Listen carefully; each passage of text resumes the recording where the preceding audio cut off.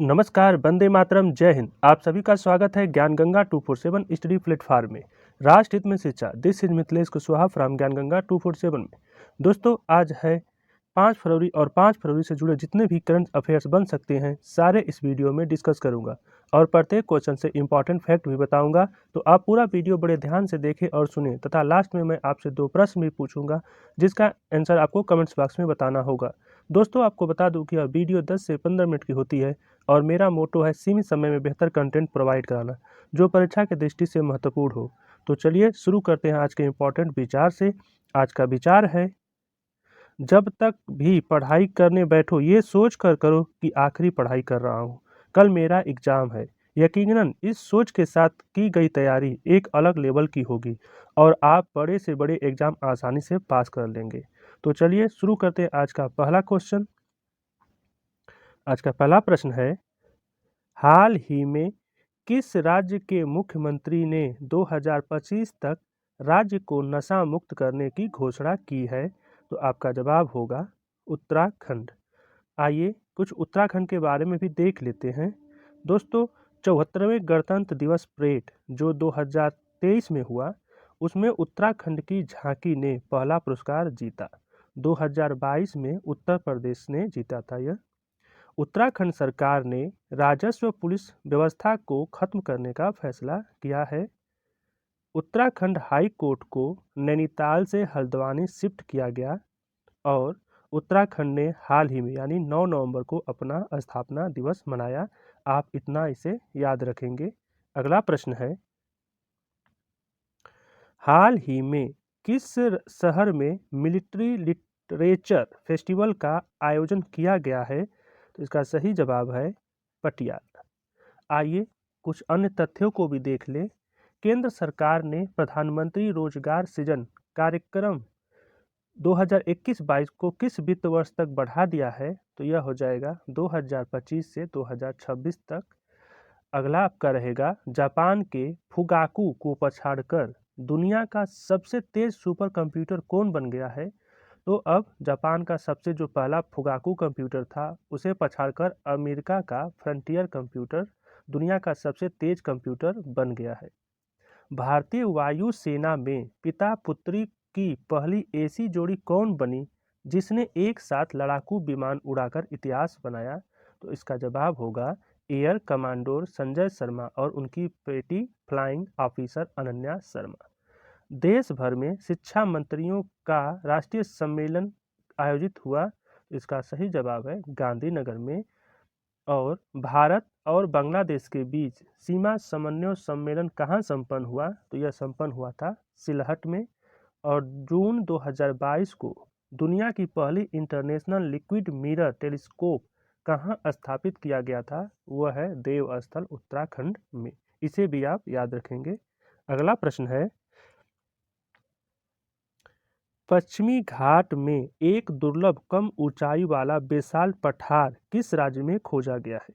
यह दोस्तों UPSC level पर पूछता है। तो आपका इसका सही जवाब होगा महाराष्ट्र। दोस्तों, पुणे में आधारक रिसर्च इंस्टीट्यूट एआरआई के वैज्ञानिकों ने पश्चिमी घाट में एक दुर्लभ कम ऊंचाई वाला बेसाल्ट पठार खोजा है। महाराष्ट्र के ठाणे में एआरआई की टीम द्वारा खोजा गया यह नया पठार इस बात का सुराग लगा सकता है कि विश्व स्तर पर पौधों की प्रजातियां जलवायु परिवर्तन से कैसे बचती हैं। नेक्स्ट क्वेश्चन, कौन सा शहर पहली G20 अंतर्राष्ट्रीय वित्तीय वास्तुकला कार्य समूह international financial architecture working group की बैठक की मेजबानी करेगा? तो आपका सही जवाब होगा चंडीगढ़। दोस्तों, G20 इंडिया प्रेसिडेंट की तहत G20 international financial architecture working group की बैठक चंडीगढ़ में आयोजित की गई। अंतर्राष्ट्रीय वित्तीय संरचना कार्य समूह अंतर्राष्ट्रीय वित्तीय संरचना को मजबूत करने पर ध्यान केंद्रित करता है। इसका उद्देश्य कमजोर देशों के सामने आने वाली कई चुनौतियों का समाधान करना भी है। नेक्स्ट क्वेश्चन है, किसके द्वारा आज झारखंड के देवघर में IFFCO नैनो यूरिया प्लांट के 5वें संयंत्र का भूमि पूजन और शिलान्यास किया गया है? तो इसका सही जवाब है अमित शाह। आइए दोस्तों एक नज़र भारत सरकार के आगामी लक्ष्य को देख लेते हैं।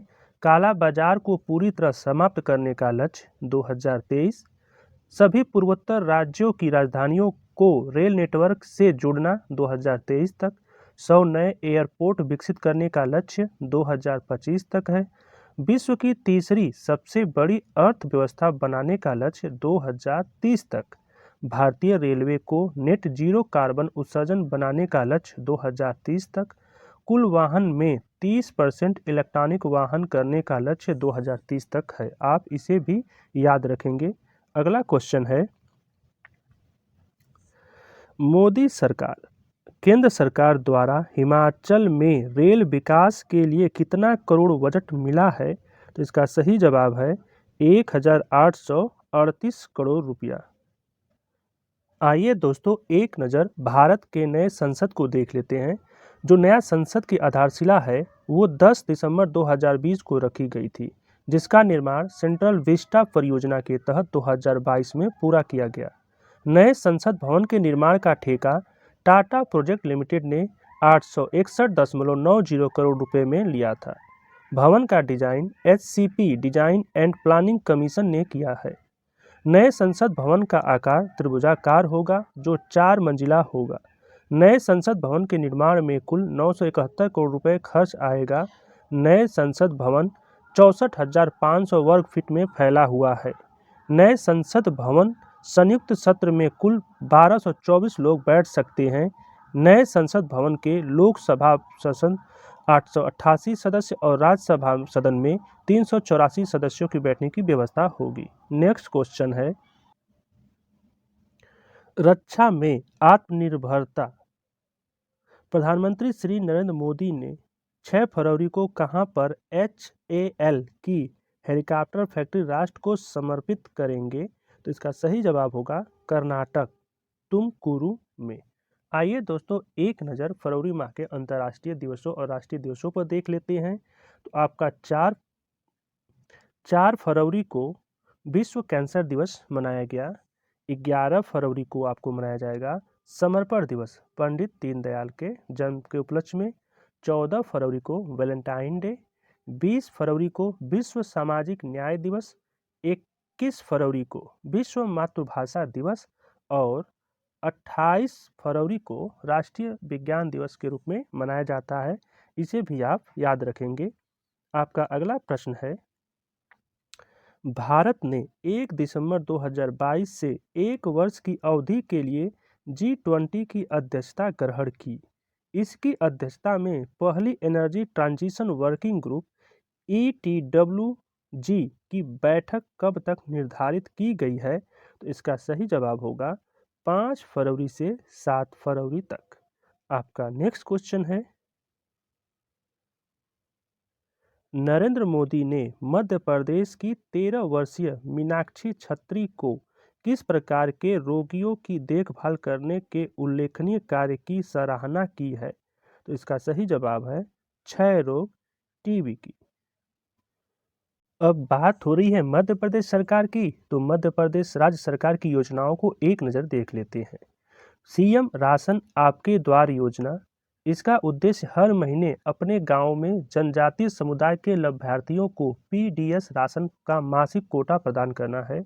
लक्ष्मी लाडली योजना 2.0, मुख्यमंत्री उद्योग क्रांति योजना और रोजगार सेतु योजना, ये मध्य प्रदेश सरकार की एक पहल है। नेक्स्ट क्वेश्चन है 36वें सूरजकुंड अंतर्राष्ट्रीय शिल्प मेले का उद्घाटन किसके द्वारा किया गया? तो इसका सही जवाब है उपराष्ट्रपति जगदीप सिंह धनखड़। आइए दोस्तों एक नज़र भारत के संवैधानिक पदों को देख लेते हैं। राष्ट्रपति हैं द्रौपदी मुर्मू, उपराष्ट्रपति जगदीप धनखड़ और प्रधानमंत्री हैं श्री नरेंद्र मोदी। न्यायिक प्रमुख में आपके सर्वोच्च न्यायालय के न्यायाधीश हैं DY चंद्रचूड़ जो 50वें नंबर के हैं। महान्यायवादी अटॉर्नी जनरल ऑफ इंडिया जिसे बोला जाता है R वेंकटर रमणी 16वां नंबर के हैं। और solicitor general of India Tushar Mehta अध्यक्ष हैं राष्ट्रीय हरित न्यायाधिकरण के आदर्श कुमार गोयल, इन्हें भी आप याद रखेंगे। आपका अगला प्रश्न है,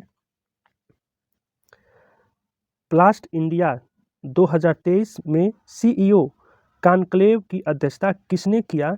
तो इसका सही जवाब है doctor Mansukh Mandaviya. Next question है, विश्व शांति के लिए कृष्ण गुरु एक नाम अखंड कीर्तन कहाँ हुआ? तो इसका सही जवाब है असम के बारपेटा में। असम की राजधानी दिसपुर है और राज्यपाल प्रोफेसर जगदीश मुखी और मुख्यमंत्री हेमंत बिश्व शर्मा, इन्हें भी आप याद रखेंगे। अगला क्वेश्चन है, कृषि और किसान कल्याण विभाग तथा किस विश्वविद्यालय की विकास नवाचार प्रयोगशाला ने समझौता ज्ञापन पर हस्ताक्षर किए हैं? तो इसका सही जवाब होगा शिकागो विश्वविद्यालय। नेक्स्ट क्वेश्चन है, राष्ट्रीय बाल अधिकार संरक्षण आयोग द्वारा परीक्षा पर्व 5.0 अभियान आयोजित कब से कब किया जा रहा है? तो राष्ट्रीय बाल अधिकार संरक्षण आयोग द्वारा परीक्षा पर्व 5.0 6 फरवरी से 31 मार्च के बीच में आयोजित किया जा रहा है। नेक्स्ट क्वेश्चन आपका,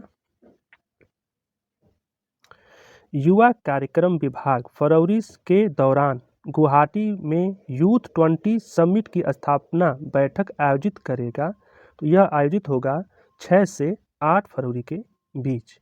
अब दोस्तों कल के प्रश्न का उत्तर, कल का पहला प्रश्न था, गोवा में आयोजित 53वें भारतीय अंतर्राष्ट्रीय फिल्म महोत्सव में IFFI India film personality of the year 2022 से किसे सम्मानित किया गया? तो इसका सही जवाब होगा दक्षिण के एक्टर चिरंजीवी को। आपका अगला प्रश्न है, हाल ही में प्रधानमंत्री नरेंद्र मोदी ने किस नाम से बेंगलुरु के संस्थापक नाथ प्रभु केपे गौड़ा की 108 फुट ऊंची काशी की प्रतिमा का अनावरण किया है? तो आपका जवाब होगा स्टैचू ऑफ प्रॉस्पेरिटी। अब आज का प्रश्न आपके लिए, आज का पहला प्रश्न है, हाल ही में यूट्यूब चैनलों पर चलने वाले फर्जी खबरों के विरुद्ध कार्रवाई करने का फैसला किस मंत्रालय ने लिया? आपका ऑप्शन है सूचना एवं प्रसारण मंत्रालय, गृह मंत्रालय, वित्त मंत्रालय और विदेश मंत्रालय। आपका अगला प्रश्न होगा, श्री हरदीप एस पुरी ने डॉक्टर मोहम्मद इरफान अली से मुलाकात किया, यह किस देश के राष्ट्रपति हैं? गुयाना के, नामीबिया के, इथोपिया के या ईरान के? आप इन प्रश्नों का उत्तर कमेंट्स बॉक्स में दे सकते हैं। दोस्तों यह था हमारा आज का करंट अफेयर्स की वीडियो आपको कैसा लगा प्लीज़ कमेंट्स करके ज़रूर बताएं। और अभी तक आपने मेरे चैनल को सब्सक्राइब नहीं किया है तो इसे सब्सक्राइब जरूर कर लें और साथ में ही बेल आइकन को भी प्रेस कर दें ताकि आपको नए वीडियो का नोटिफिकेशन मिलता रहे। आपको इस चैनल से निश्चित मदद मिलता रहेगा। ज्ञान Ganga 247 always with you. Thanks for supporting and watching video. जय हिंद।